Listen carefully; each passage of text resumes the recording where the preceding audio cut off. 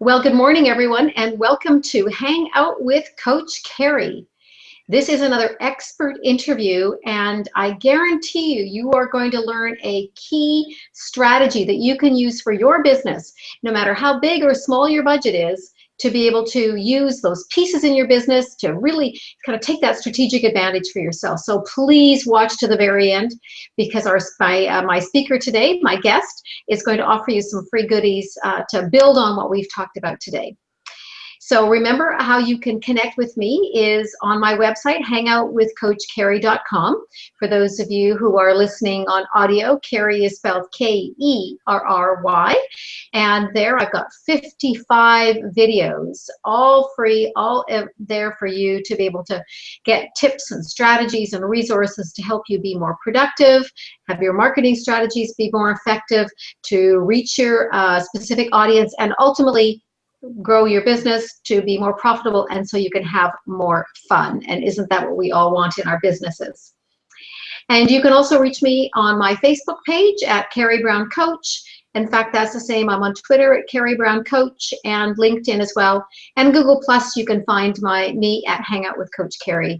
So it's pretty easy to find and connect with me. Please give me some feedback. If you watch the videos on my website, please do comment on them, and I'll give you some feedback as well. You'll get some free coaching that way.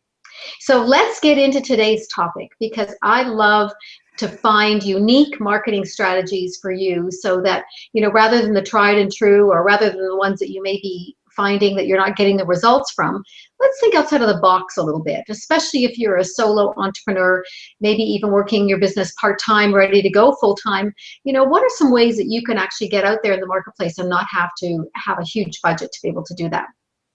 So today my guest is Aimee Wilson. Welcome, Aimee. Hi, Kerry.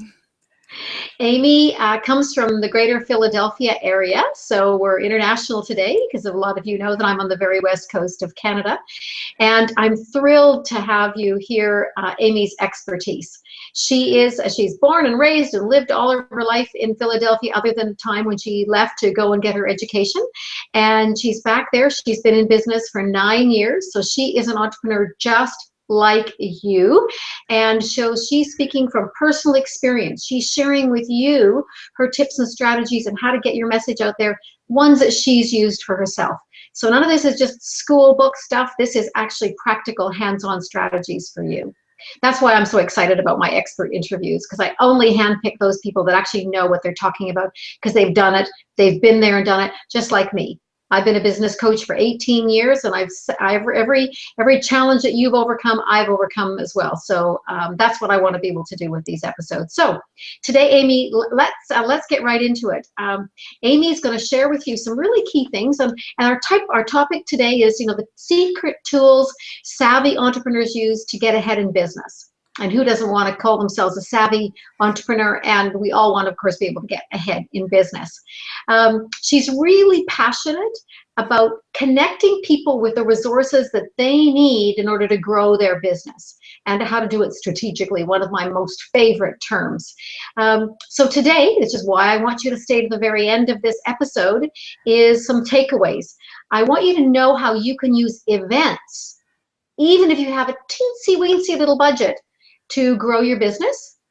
She's going to show you how to identify opportunities in your own business that you can take advantage of, and take that, strategic advantage of that value that you've got in your business. And then at the end, she's going to share with you the 3 secrets for you to be able to focus on. So, Aimee, welcome to this episode. Thank you. Thank you for having me. You are welcome. So let's get into it. Tell us why we need to know this, and tell us the advantage that that people will have when they learn this information from you.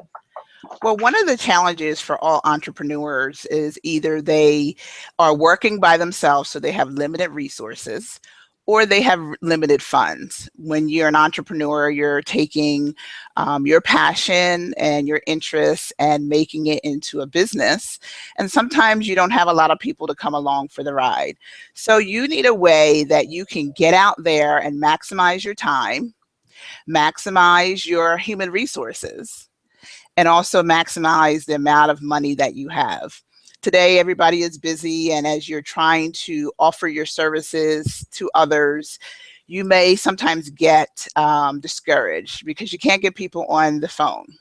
Well, I show people how to use their events to bring people in close proximity to them, for them to use an event does not have to be high cost. Now, if you're thinking events, immediately comes to mind the big galas and the sparkly events and weddings.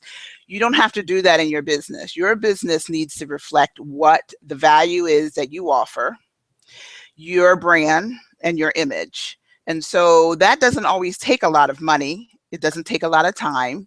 Just imagine if you can get people together for a couple of hours, those prospects that you've been trying to get on the phone who won't return your calls because, not that they're ignoring you, they're just busy.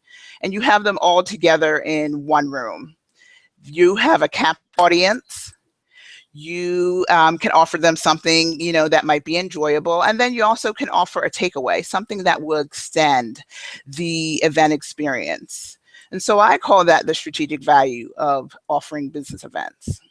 Well, and I know, Aimee, that, most people, if they really look around, they can find locations that they can get at no cost. In fact, they can start small. A lot of lawyers' offices, people who have boardrooms. In Canada here, we have a lot of our banks or lending institutions that have conference rooms that they want people to walk in through their front door.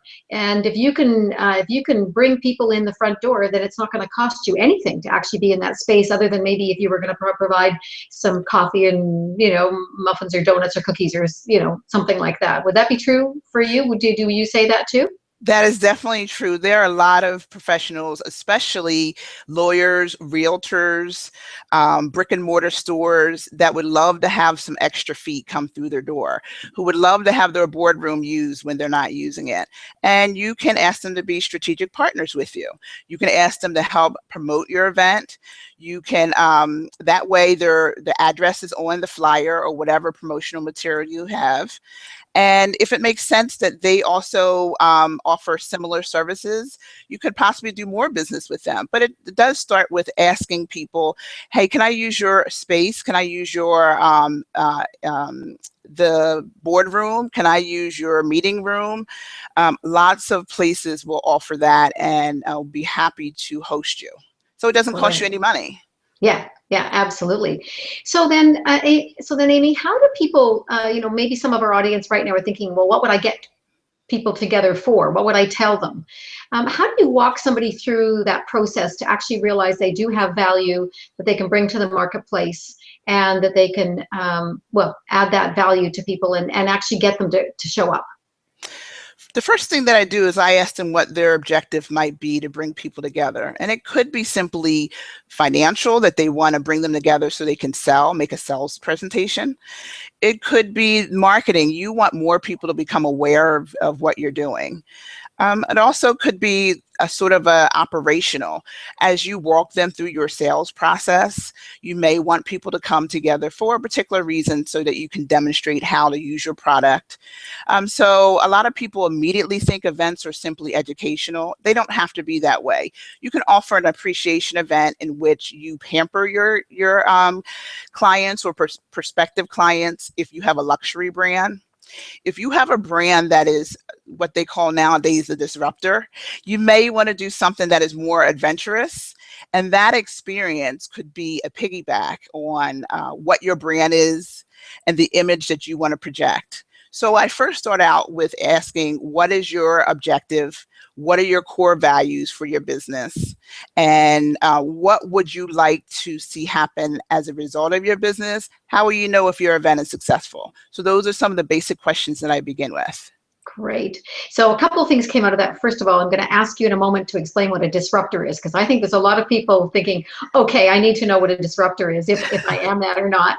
And then the other thing too is, do you ever see people use these events as focus groups, which in fact is a marketing strategy, but use it where they ask people to come and give their feedback on something, maybe a direction they're going. So it kind of fulfills those two things. You're getting feedback about maybe a direction you're going, but it's also then a marketing strategy because they're learning more about what your business is doing. Would that be a good example as well? That would be a great example, because sometimes you might be testing out a new product or a new process. And before you spend a lot of money on the marketing or offering it to the marketplace, you can either offer it complimentary or you can offer it at a discount for a set group of people who are willing to come and try out your product or your service. Then they can give you feedback and you can make some tweaks. If you are a regular networker and you're building relationships and you have a network of people who support your mission and your business, they're more than happy to do that. They are more than willing to do that. I was invited recently to a speaker's home because she wanted to try out her latest speech, and it was a little bit different. Her presentation and program was sort of interactive. She was targeting with professional women. She wanted to empower us to be able to do it yourself projects around the house. And so she had given this presentation a number of times, but she wanted some feedback on it. So I got an invitation to do that.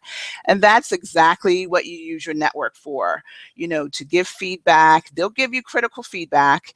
This is relationship building. This is how we exchange things with each other in our networks. This is what events are for. So that is definitely a marketing aspect to do a focus group for sure. Great. Well, I know even for my own business as coaching, if I have a new program that I'm offering, quite often what I'll do is do a beta test of it. And so those people who come on stream with me to do that new program, initially they get it at a discount with the idea they can give me feedback. And people actually like to do that. They like to be considered smart and ask their opinion. So that's probably a really good and maybe another example of how people could use their network as well for that. Definitely. Yeah. Okay. So tell me about this thing, Disruptor. Disruptor is something, I'll use an example of Uber. Uber is considered a disruptor into how we use paid transportation. And that simply is, it's a different way of conducting business. And it's not just a different business model, but it's a totally turning the whole industry upside down. Who would ever think that you would use an app to get a ride to the airport or to get around a major city? So Uber would be considered a disruptor. And so there are other companies like Facebook, when they first started, definitely creating a whole new industry of social media. And so as a disruptor, you are really a pioneer. And some people are offering a brand new product. And that's, entrepreneurs who are inventors. Not every entrepreneur is an inventor, but you may be a disruptor as well. And so you may want to do something very outside the box at your event. Right. Okay. I got that. Because if you are a disruptor, you have to be consistent with that. One of the things, Aimee, before we get into some of your secrets here, is that it's been clear to me listening to you that what people have to have in place is they need to know what their vision for their business is. They need to know what their mission is and their values. I hear that really clearly because, of course, that drives the brand. So any event that they're doing has to be consistent with that. Do you see people sometimes doing events and they fall flat on their head because there isn't that consistency? Can you maybe give us, if that's true, can you maybe give us some examples? Definitely. It is definitely true. And that's why I offer a tool called the Event Readiness Assessment, which will be available to your audience. Sometimes you think of a good idea to have an event and you're just not ready. I worked with a nonprofit who was just getting started. They wanted to have a golf outing. And she had already had all the marketing material together, a wonderful website, and was ready to sign people up to attend the golf outing. But she has no list. She had no connections to golfers. And so she was starting from the ground up. And it's possible to do an event like that, but it's the hard way. So you need to build your strategic partnerships. You need to know where you're going to market. You need to have a list of people to market to. Social media cannot be your sole way of marketing. It is one way of marketing. And so I go over the things that make people look at, is my business or my nonprofit ready to host an event and benefit from it? Right. And would that even be, I see a lot of people who do have paid, let's say it's paid seminars or paid webinars, and they decide they're going to do it and they start marketing it, usually using, social media.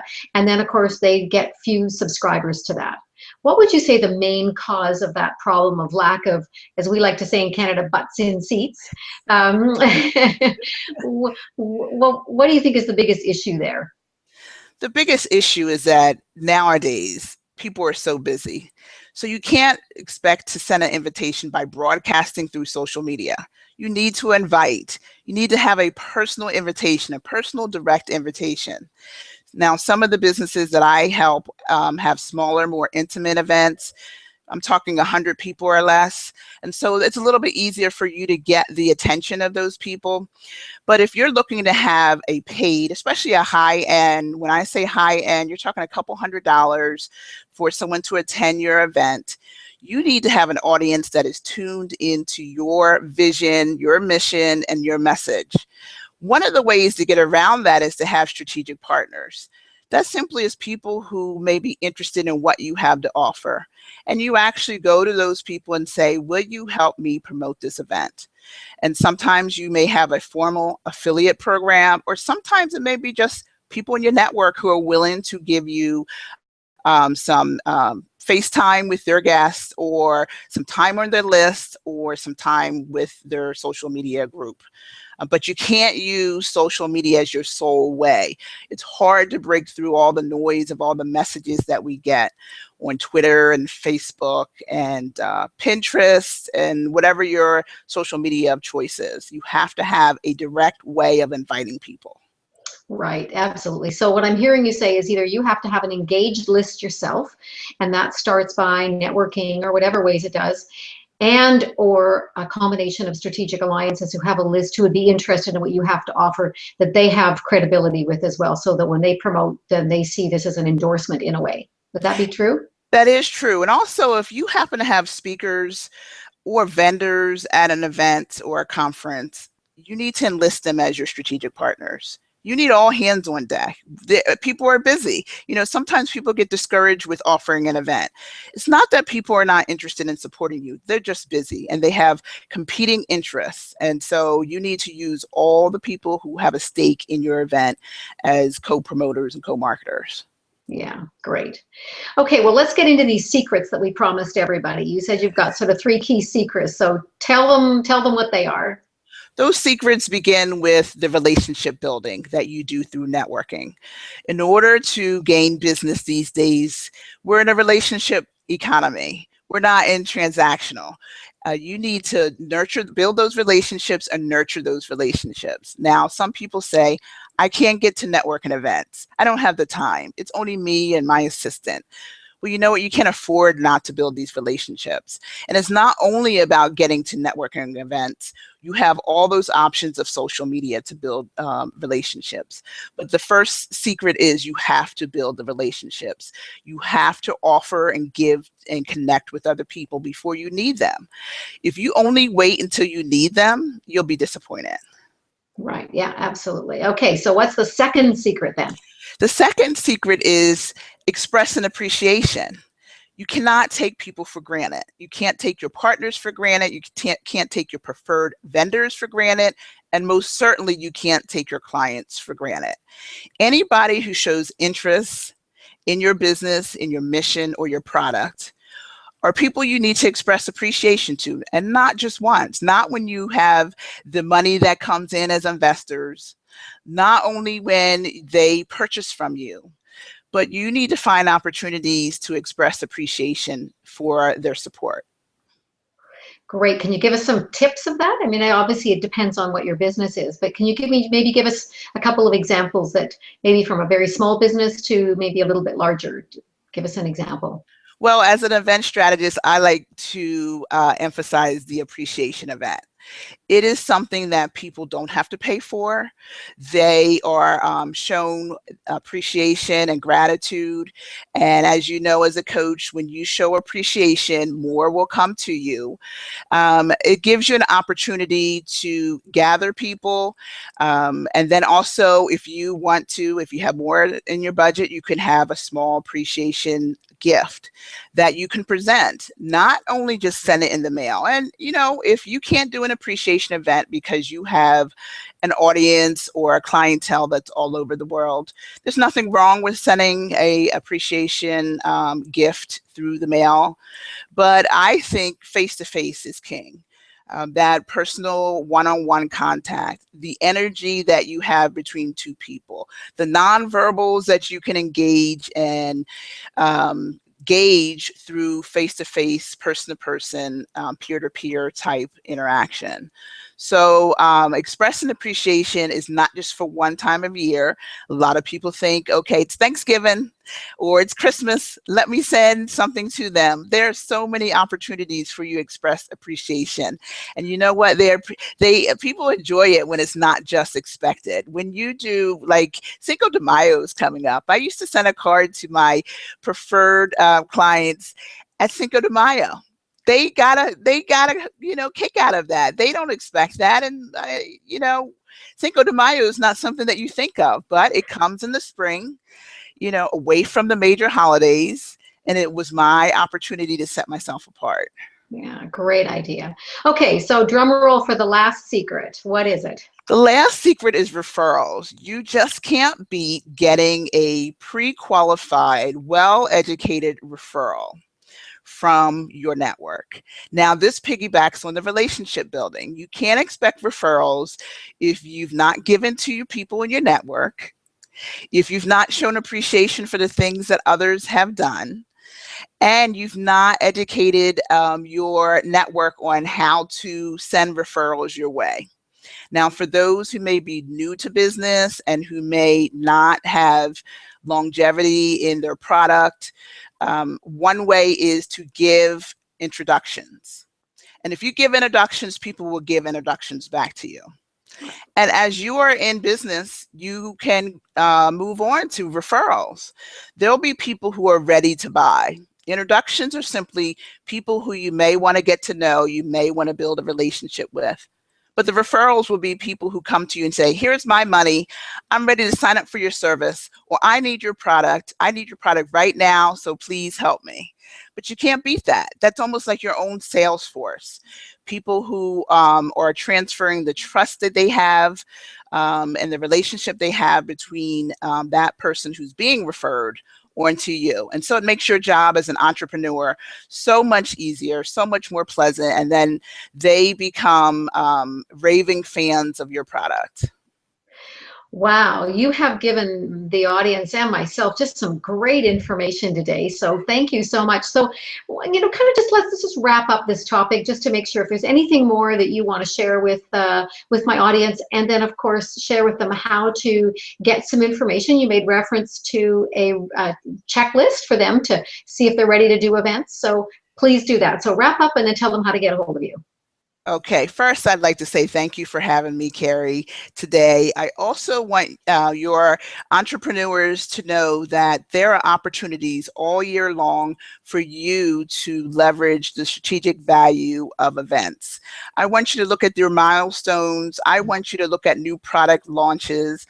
I want you to look at new partnerships that you may have with people so that you can stay in front of people.